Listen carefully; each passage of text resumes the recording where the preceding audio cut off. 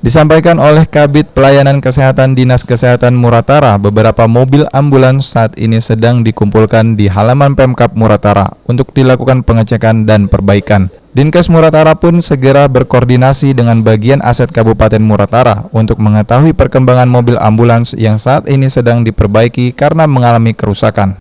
Ada yang sudah dikembalikan, ada juga yang butuh perawatan.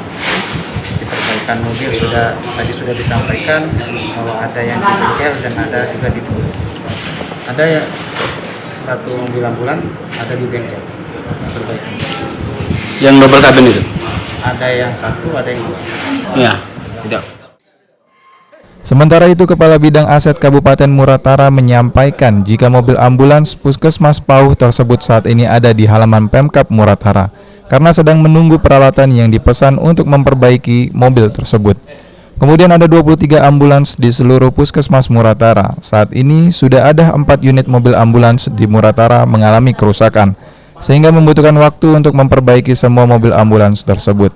Dari pihak aset, artinya kami sesuai dengan petunjuk kemarin bahwa mobil itu memang di pool, diberitakan pool.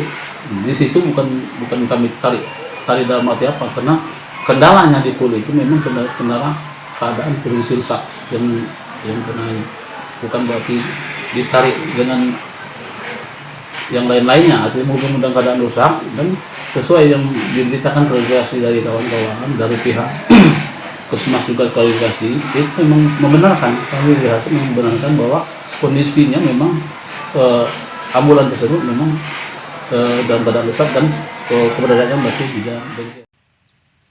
Adi Arianza, PAL TV.